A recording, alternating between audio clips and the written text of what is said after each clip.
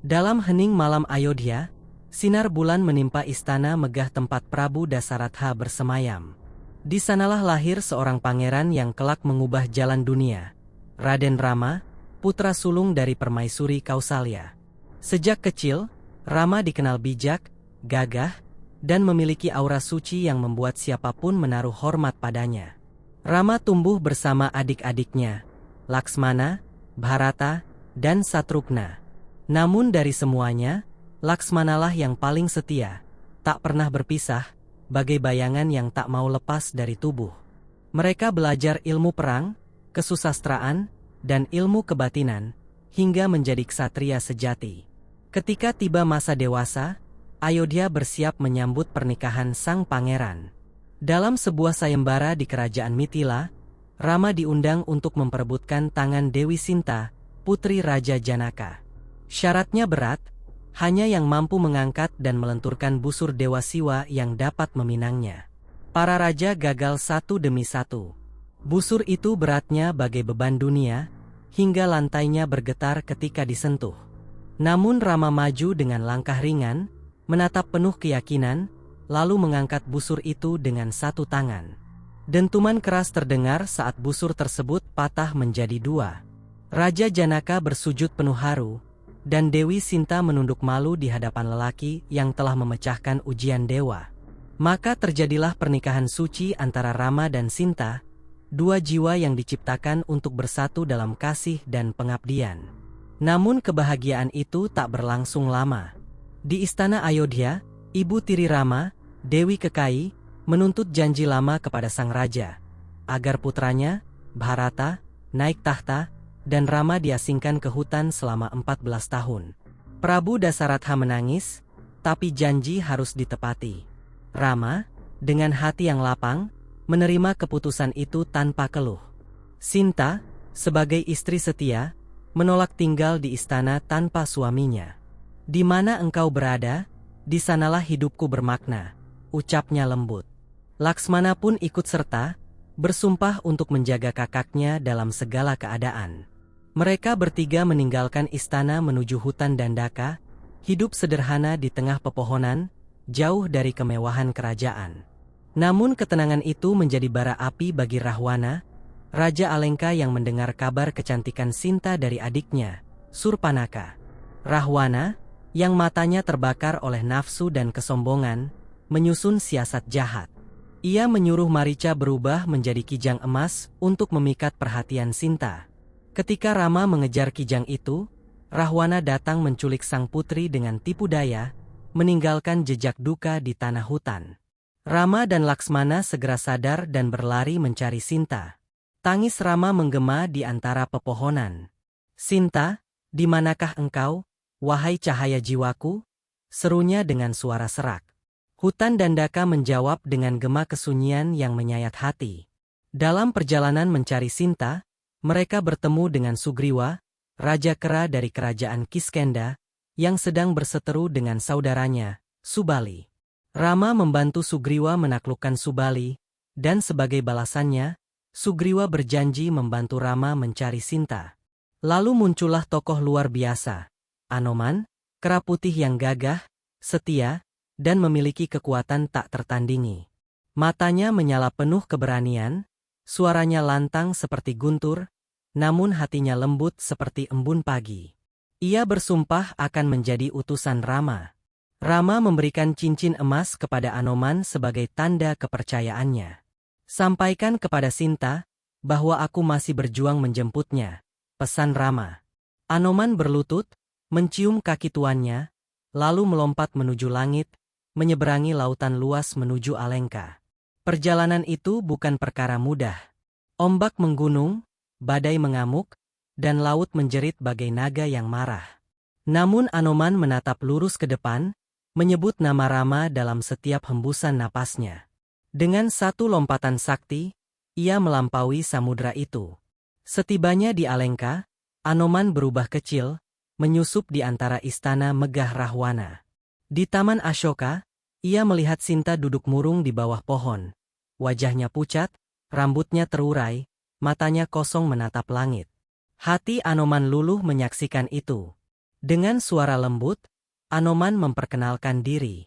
Aku utusan Rama, tuanku yang setia menunggumu. Sinta menangis terseduh, menggenggam cincin yang dibawa Anoman. Apakah ia masih mengingatku? Tanyanya lirih. Ia mengingatmu di setiap napasnya, jawab Anoman.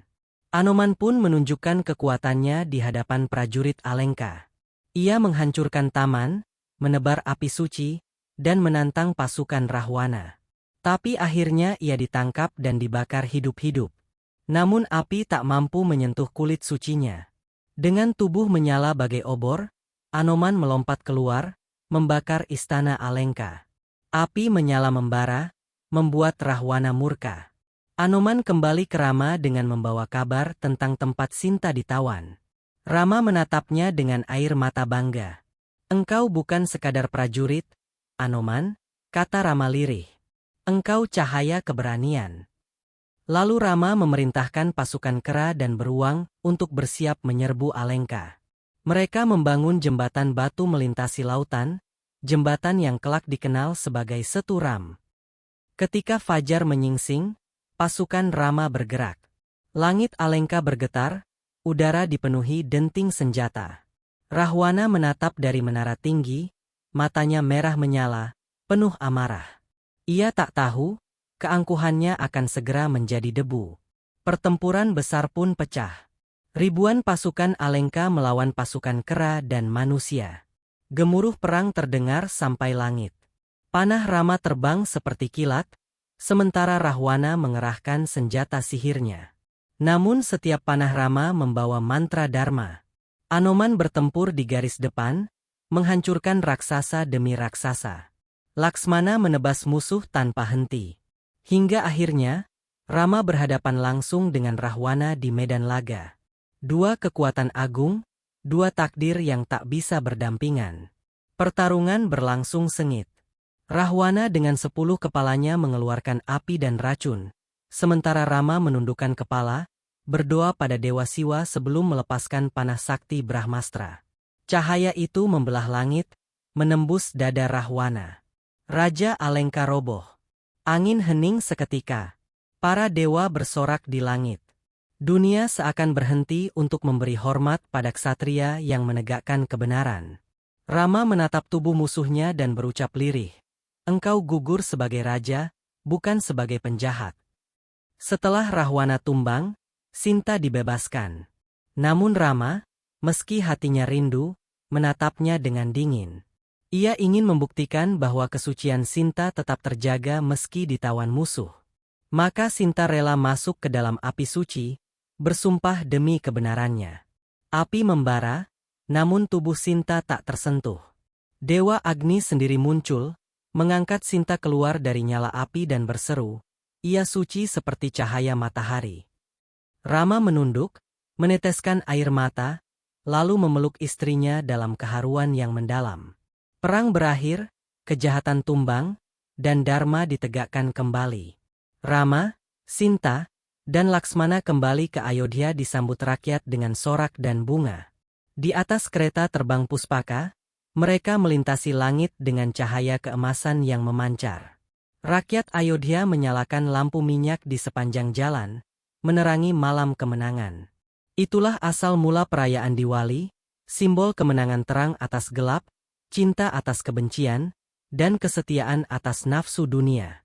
Anoman tetap di sisi Rama, tapi tak ingin tinggal di istana.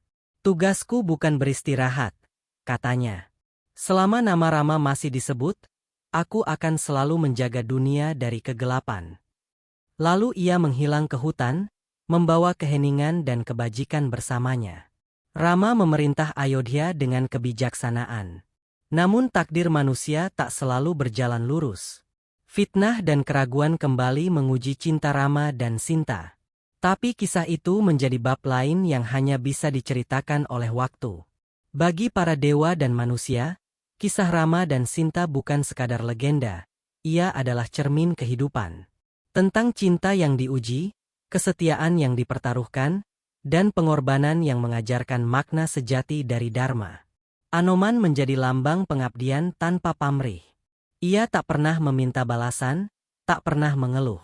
Dalam setiap doa umat, nama Anoman disebut sebagai simbol kesetiaan dan kekuatan yang lahir dari cinta suci. Dan di atas langit Ayodhya, di antara bintang yang bersinar, diakini bahwa Rama dan Sinta masih menatap dunia dengan senyum damai.